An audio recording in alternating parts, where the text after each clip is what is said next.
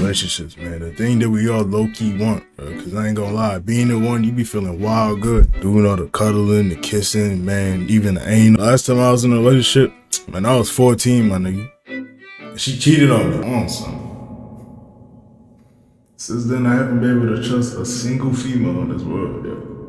Man, none of these girls are loyal, son. But since then, I only been in like 2 online relationships, I ain't gonna lie. Online, offline, you know, same stuff. You share feelings, you enjoying someone's company, spending long quality time, having chemistry with each other, you know, high dopamine hits, all that scientific shit. But I'll say the only contrasting traits between those two is that you get to kiss, cuddle, hug, while in an online relationship, you can't really do none of that stuff. Obviously, I mean, I don't even think I had to say that. I'm bugging. I used to think of relationships like friendships. I ain't gonna lie. I was never that enthusiastic about relationships, but only because I thought of it like friendships. I was always like, man, what am I missing out on? You know, kissing, cuddling, you know, sex, nigga, sex. But that's the stuff that make it different though, because you can't do none of that stuff with your friends. I mean,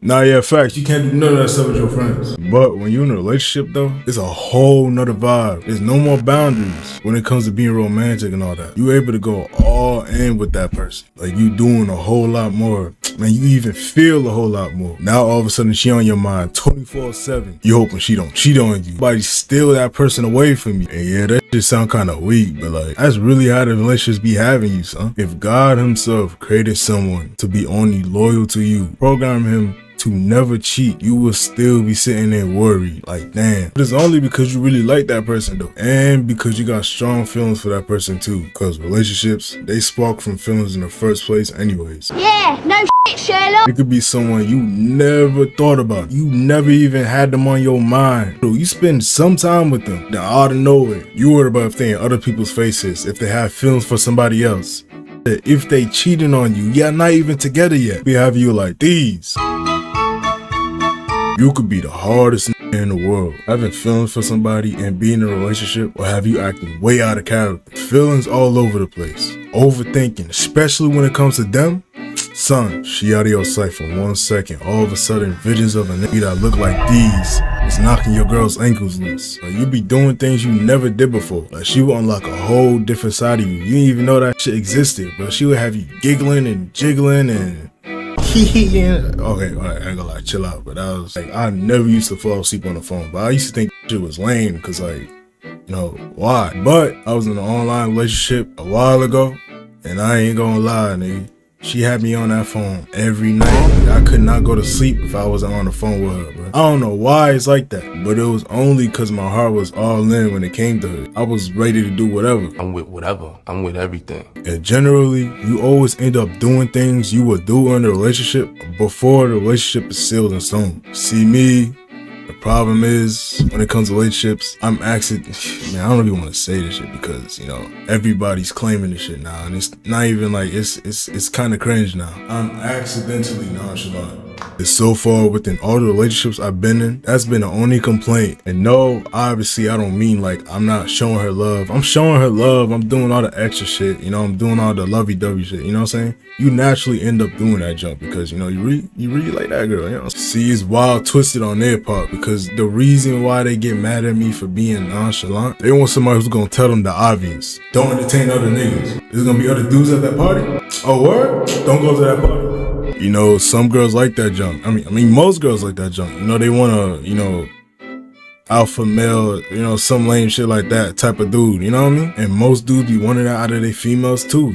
You can't lie. Most dudes like when girls be on their body like, don't talk to that girl. I'm following all those girls you follow. You know what I'm saying? Like, they like that shit. See, me, I never did none of that stuff, because to me, it just sounds like, don't cheat on me. And on top of that, these are grown-ass women. What was I doing sitting there telling you what not to do in a relationship? The obvious. Unless you're retarded. But that was my old mindset though. Well, I still kind of believe in that a little bit, but I'm more understanding of why they do that. It's more like a reinsurance tactic for them, right? So they do things that would threaten a relationship, and then if you get mad or react in any way, then that means you care. But niggas don't realize, if somebody's constantly testing you instead of just simply talking to you, then the shit's lost. You know what I'm saying? Like, Shit's dead. Nigga, leave. When you react or get mad, all you doing is eliminating the factors that can lead to them cheating on you and helping them come up with smarter ways for them to do stuff under your nose and never get caught, when all you gotta do is simply just leave them alone. Now, some people, they just cheat because they just want to cheat. They not doing it to see if you care. They not doing it to get a reaction out of you.